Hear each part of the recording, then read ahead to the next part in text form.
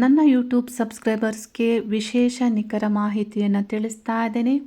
ರಾಶಿಗಳಿಗೆ ಗ್ರಹಗಳ ಗೋಚಾರ ಫಲಗಳನ್ನು ತಿಳಿದುಕೊಳ್ಳುವಾಗ ನಿಖರ ಜ್ಯೋತಿಷ್ಯ ಲೆಕ್ಕ ಸತ್ಯತೆಗಳನ್ನು ತಿಳಿಬೇಕಾಗುತ್ತೆ. ವಾರ ಭವಿಷ್ಯ, ಮಾಸ ಭವಿಷ್ಯ ಮತ್ತು ಗ್ರಹಗಳು ರಾಶಿಯಿಂದ ರಾಶಿಗೆ ಪ್ರವೇಶಿಸುವಾಗ ಗೋಚಾರ ಫಲಗಳನ್ನು ಜ್ಯೋತಿಷಿಗಳು ಟಿವಿ, ಮೀಡಿಯಾ, ಯೂಟ್ಯೂಬ್, ಡಿಜಿಟಲ್ ಮಾಧ್ಯಮಗಳಲ್ಲಿ ತಿಳಿಸ್ತಾರೆ.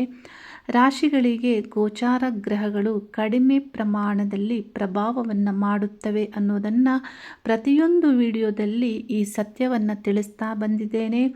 ಬಹುತೇಕ ಜನರಿಗೆ ಈ ಸತ್ಯ ತಿಳಿತಾ ಇಲ್ಲ.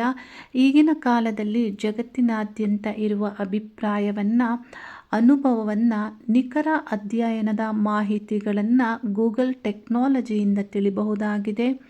ಮೊದಲನೇ ಇಮೇಜ್ನಲ್ಲಿ ನೀವು ನೋಡಬಹುದು, ಮೂಲ ಜ್ಯೋತಿಷ್ಯದಲ್ಲಿ ಗ್ರಹಗಳ ಫಲಗಳನ್ನು ನಿರ್ಣಯಿಸುವಾಗ ದಶಾಭುಕ್ತಿ ಫಲಗಳನ್ನೇ ಆಧರಿಸಿ ಎಷ್ಟು ಪ್ರಮಾಣದಲ್ಲಿ ಗ್ರಹಗಳು ಫಲಗಳನ್ನು ನೀಡುತ್ತವೆ ಅನ್ನೋದನ್ನು ತಿಳಿಸಲ್ಪಟ್ಟಿದೆ.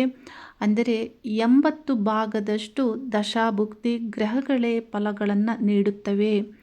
ಗೋಚಾರ ಗ್ರಹಗಳು 20% ಭಾಗದಷ್ಟು ಮಾತ್ರ ಫಲಗಳನ್ನು ನೀಡುತ್ತವೆ ಅನ್ನೋದನ್ನು ಮೂಲ ಜ್ಯೋತಿಷ್ಯ ಶಾಸ್ತ್ರದ ಫಲ ನಿರ್ಣಯದಲ್ಲಿ ತಿಳಿಸಲಾಗುತ್ತೆ.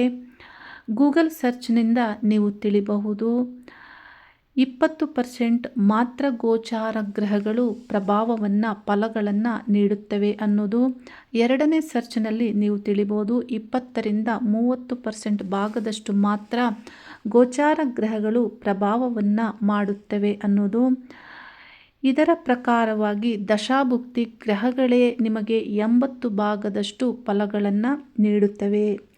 ಸತ್ಯ ಮತ್ತು ನಿಖರತೆಯು ನಿಮಗೆ ತಿಳಿಬೇಕಂದ್ರೆ ಈಶ್ವರಾನುಗ್ರಹ ಬೇಕಾಗುತ್ತೆ. ಕಾಲದ ಪ್ರಭಾವವು ಆಗಬೇಕಾಗತ್ತೆ.